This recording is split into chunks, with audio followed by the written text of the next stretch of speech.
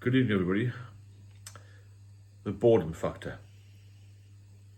Repeat that yourself. The boredom factor. That is the biggest reason people relapse.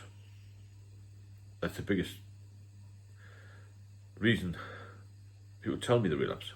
And that's one of the biggest questions, the most asked questions I get about giving up the booze. How do I get over the boredom? I mean, I'm over it now, thankfully. But when you think about it, if you've been a reasonably heavy drinker, steady drinker even, your day probably consists of a couple of hours in the pub every day, even when you're working. And then a lot more time weekend. When you go to a sporting event, you drink. Drink in the house, to celebrate. And often, when you've had too much to drink, you spend a lot of time in bed, don't you? Or recovering, around the settee, eating rubbish, trying to feel better. So there's a lot of man hours, more female hours there, isn't it? You know, you get to the pub, you have a few drinks, spend a few hours in there, you come home, have a couple more drinks, sleep it off, try and sleep it off. And suddenly, you have another possibly 12 hours extra on the weekend, 8 hours extra on the weekend. What are you going to do with the time?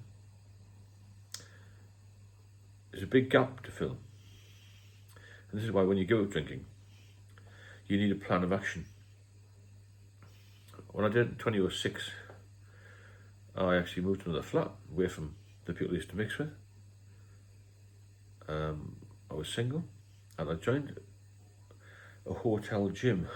The reason being, if you go to hotels, as you well know, you can get a membership there for between sort of £60-70 a month. It's only a couple of quid a day.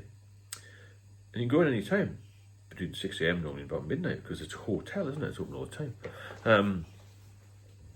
The facilities are open long hours. Some high street gyms are open 24 hours now, but you know, when the hotel was, I thought, I'm not into fitness that much. I mean, I like to be fit, but I wasn't lifting weights 3 times a day. I thought I'll go doing a bit in the morning and have a sauna, steam room, have a shave in the wash area, have a nice shower, look after myself, and then maybe go back in the afternoon later on, 4 or 5 o'clock, and do a few weights with some of the guys that have finished work. I'd be tired by then, you see. Then I would maybe go in the bar and have a Coke or something, or 0% log, and watch the football. It filled my day in. And often I was in there till 8, 9, 10 at night, and I would go to a 24 hours Tesco and buy some nice fruit and veg and maybe make a prawn salad or something healthy. So my whole life was a healthy existence. And that's how I built up my hobby of getting fit and looking after myself, really. Then I started to relax a bit more without alcohol, obviously, because I wasn't drinking. There's a bit of music, and I went in actually a cookery course. I'm a pretty good cook anyway. I thought I'd go on this cookery course. I don't mind a little bit, you know, what was going on there. And then I started to travel a bit more, because I had a lot more money.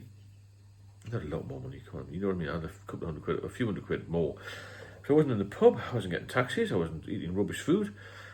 I had quite a small conservative car, I wasn't going crazy.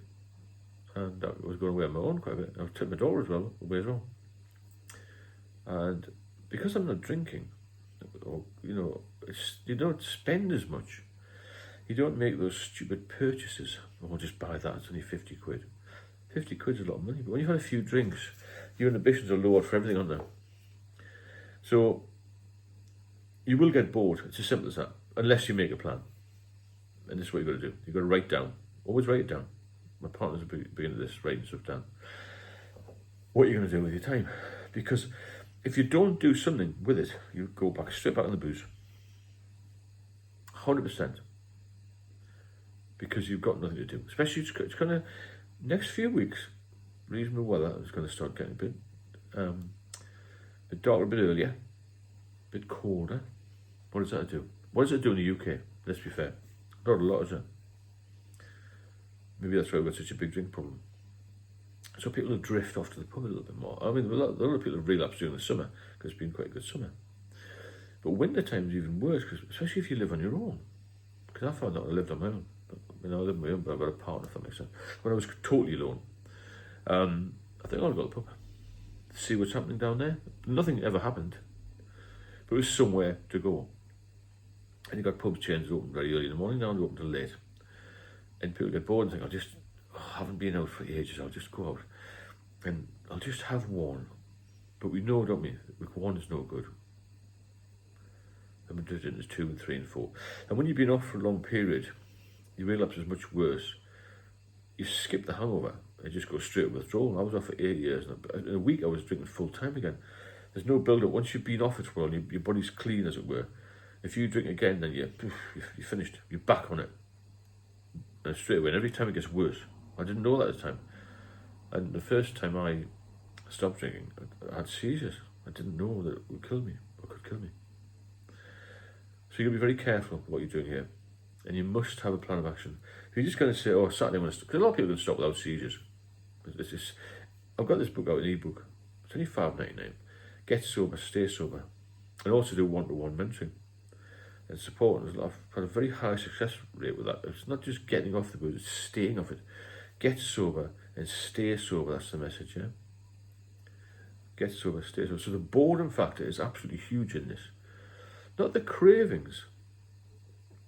It's just people think, oh, there's nothing else to do. Because I haven't put a plan in place. You have to have something to take your mind off it as well. See, my focus was purely to be healthy again. You've got to have something. If you're just going to say, oh, I'm going to stop drinking because I want to save a few quid, or make my health a little bit better, that's what you've got to really focus on. So you've got to have 100% commitment to it. 100% commitment to being off the booze. Now, this thing in your head, I'm not going to drink today. I'm not going to drink tomorrow. Carry it on like that. Break it down one day at a time. Because as soon as you touch another one, you'll be back on it. I guarantee. There's no chance of a person who's got, well, they call it I call it alcoholism, but they call it alcohol use disorder. If you're drinking too much and you can't control it, making you feel ill, you've got anxiety, then you can't go back to being a social drinker. It's impossible. You might be okay with 20-year-old, 30-year-old.